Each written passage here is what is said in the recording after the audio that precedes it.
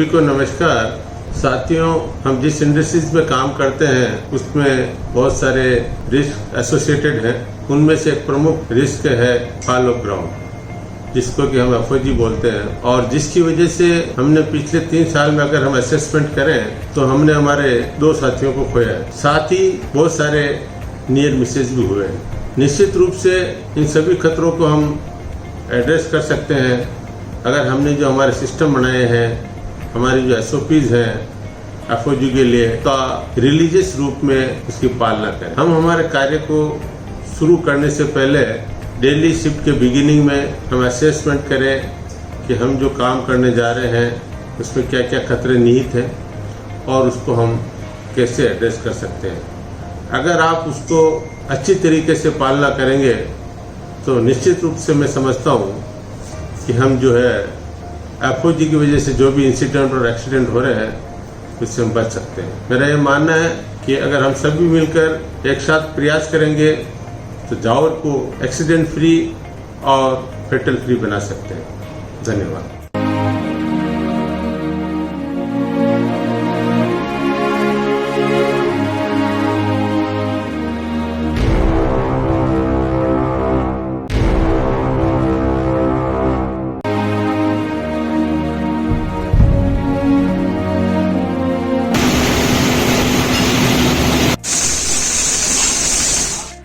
साथियों नमस्कार। आप सभी को और मेरे खुद के ऑब्जर्वेशन में जो आया हुआ है कि हम लोग जब भी अंडरग्राउंड में जाते हैं तो अंडरग्राउंड में लूज हमको खास करके साइड्स में बहुत ज़्यादा लूज मिलता है, उसकी तरफ हमारा ध्यान कम रहता है। रूफ में भी कभी कभार मिलता है और ये जनरल ऑब्जर्वेशन है कि हम लोग काम के समय उसकी तरफ ध्यान नहीं देते हैं।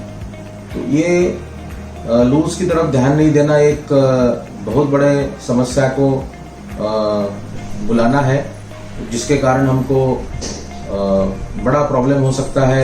आप लोग सभी जानते हैं कि लूज गिरने के कारण हमारी माइंस में बड़ी बड़ी दुर्घटनाएं हुई है, जिसमें हमारे कुछ साथियों ने अपनी जान गंवाई है। तो मेरा ये संदेश है आप सभी के लिए, जब भी हम लोग फेस में या अपने वर्किंग प्लेस पे जाते हैं तो पहले लूज को चेक करें और लूज ड्रेसिंग करें, उसके बाद ही हम अपना काम को चालू करें। और आप सभी जानते हैं कि मेरी सुरक्षा मेरी जिम्मेदारी है, तो उसको हमको 100% निभाना है। धन्यवाद। लक्ष्मण, आदमी आगे क्यों गया?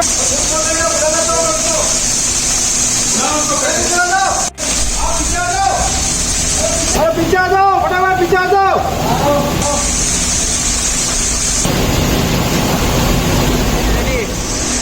सपोर्टेड एरिया में क्यों गया? कटिंग हो गया था, ऑपरेशन हुआ था, दुख बोलो, दुख बोलेगा। लोगों को बताना कि आप सपोर्टेड एरिया क्यों भेजा इसको, और आपके बाद कर दूंगा सर। कटिंग हो गया था सर, आपके बाद भेजना नहीं, आज नहीं कर देता सर, और ये गलती दोबारा नहीं होना चाहिए, आज नहीं होगा सर। साथियों, आपने देखा कि अपने जो इस साथी के साथ एक दुर्घटना होते होते बचा, क्योंकि वो अनसपोर्टेड रूप के नीचे चला गया। तो मैं इस वीडियो के द्वारा अपने सारे साथी और मेंटेनेंस साथी जो भाई लोग हैं उनको मैं बोलना चाहूँगा, अगर जंबो कहीं अगर अनसपोर्टेड रूप के नीचे ब्रेकडाउन होता है तो कृपया उसमें काम ना करें, और जंबो ऑपरेटर को अनुरोध करें कि भाई वो जो है जंबो को सपोर्टेड ग्राउंड के नीचे ले आए और उसके बाद ही उसमें किसी भी तरह का मेंटेनेंस का कार्य करें। दूसरा, अपने को हमेशा ध्यान रखना है कि लूज का खतरा सबसे बड़ा खतरा है माइंस का, और अपने को इस खतरे के बारे में आगाह रहना है। और कहीं पे भी अगर आप काम कर रहे हो या फिर बैठने जा रहे हो या फिर कुछ भी कर रहे हो, उसमें थोड़ा 4-5 को बढ़िया तरीके से देख लीजिए, ताकि ये पता लगे कि भाई कोई लूज़ का आपदा नहीं है। तो मैं बोलूँगा कि अपने को बहुत ध्यान से काम करना है और हमेशा याद रखना है कि लूज़ हमारा दुश्मन है। फटाफट काम करके जाना है, फटाफट जाना है, चलो काम करना है, करना है, फटाफट निकलना है अपन को। कोई जल्दी कहाँ जा रहा? अरे ऊपर सिर के ऊपर लूज है, यहाँ से गिराना पड़ेगा ऊपर से। वहाँ यहाँ नहीं गिराना है, वहाँ फेस के पास में गिराना है। सुबह साहब ने क्या बोला था? 30 मीटर दूरी से गिराते हुए जाना है।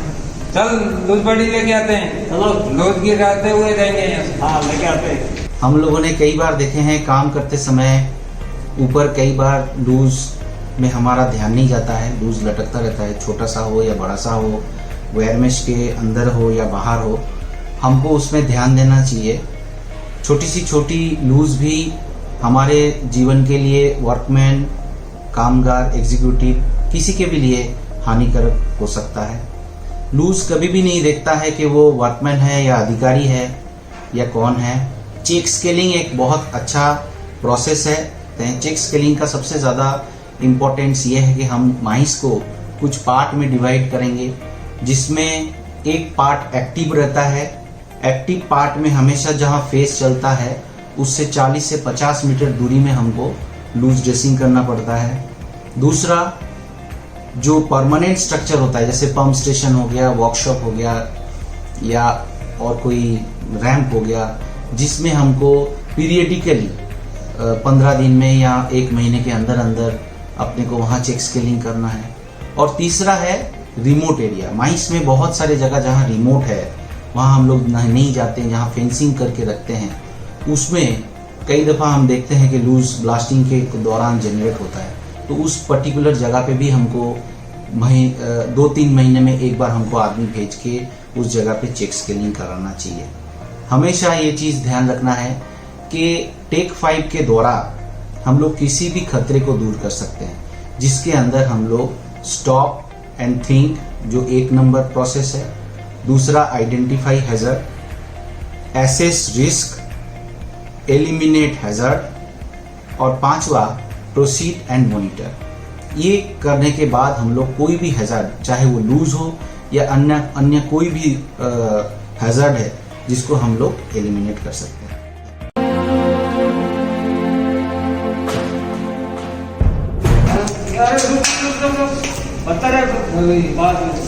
अरे इसका हटाना पड़ेगा यार।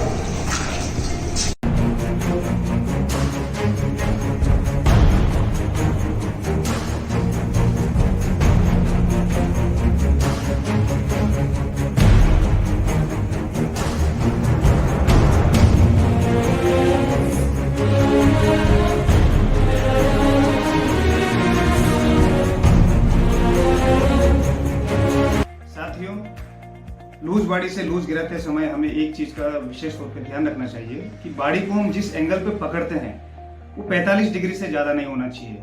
अगर आप 45 डिग्री से ज्यादा उसको रखेंगे तो लूज आपके ऊपर गिरने का एक बहुत बड़ा खतरा है और ऐसे नियर मिस रिपोर्ट हुए तो इसका ध्यान रखें। 45 डिग्री एंगल पे ही लूज बॉडी को पकड़ें।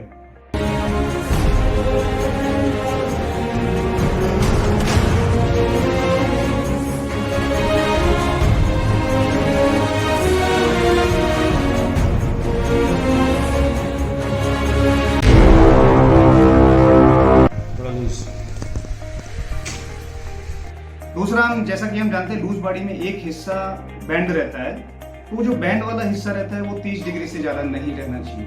अगर वो 30 डिग्री से ज्यादा होता है तो उसमें आप अपने आप को लाइन ऑफ फायर में लेके जाएंगे, उसमें बहुत बड़ा रिस्क है कि लूज आपके ऊपर गिर सकता है। तीसरा, आप डाउन रैंप में जब भी आप लूज ड्रेसिंग करते हैं तो उसमें आपको ये चीज सुनिश्चित करना है कि आपकी पोजीशन है वो उस हिसाब से रहे कि जैसे ही आप लूज गिरा रहे हैं तो लूज आपके ऊपर नहीं गिरे, वो गिरेगा तो नीचे सामने की साइड में गिरेगा और कोई भी व्यक्ति उस एरिया में नहीं रहे।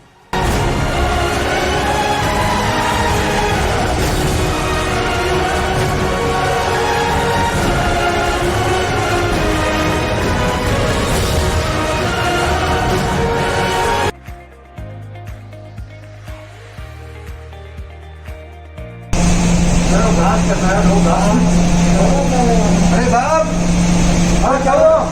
अरे बहुत बड़ा लूज दिखा है ना। कहाँ पे? अरे 101 MRL में बहुत बड़ा लूज है सर।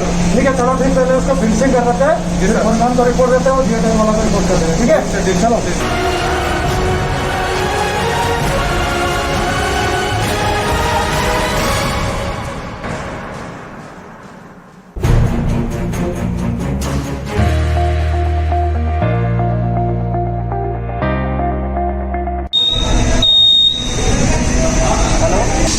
हेलो हरमन साहब, और मानस बोल रहा हूँ।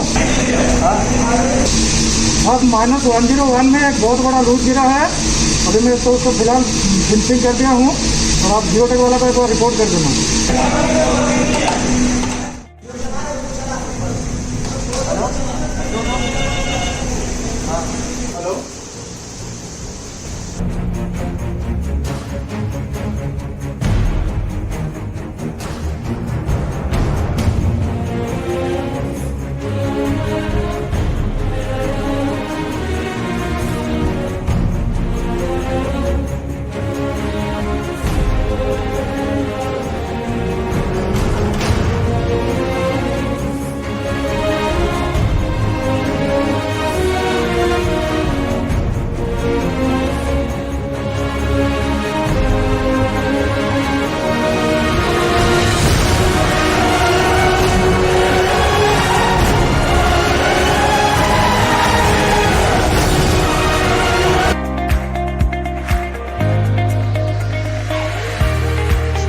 लाइन ऑफ रिपोर्टिंग का आवश्यकता इंडस्ट्री में है और जिंदगी का हर स्टेज में है।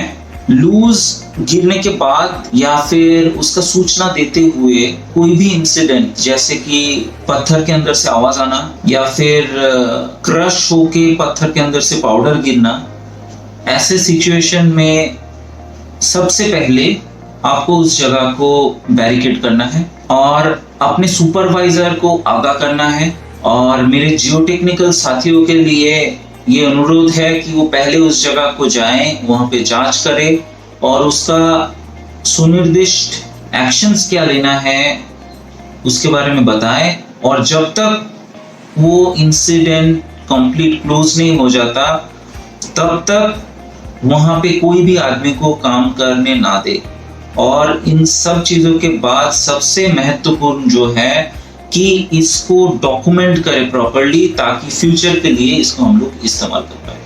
लूज हमारा दुश्मन है। लूज हमारा दुश्मन है। लूज हमारा दुश्मन है। लूज हमारा दुश्मन है। लूज हमारा दुश्मन है। लूज हमारा दुश्मन है। लूज हमारा दुश्मन है। लूज हमारा दुश्मन है। लूज हमारा दुश्मन है। लूज हमारा दुश्मन है। लूज हमारे दुश्मन है। लूज हमारा दुश्मन है। लूज हमारा दुश्मन है। लूज हमारा दुश्मन है। लूज हमारा दुश्मन है। लूज हमारा दुश्मन है। लूज हमारा दुश्मन है। लूज हमारा दुश्मन है। लूज हमारा दुश्मन है। लूज हमारा दुश्मन है। लूज हमारा दुश्मन है। लूज हमारा दुश्मन है। लूज हमारा दुश्मन है, उसे तुरंत गिराए।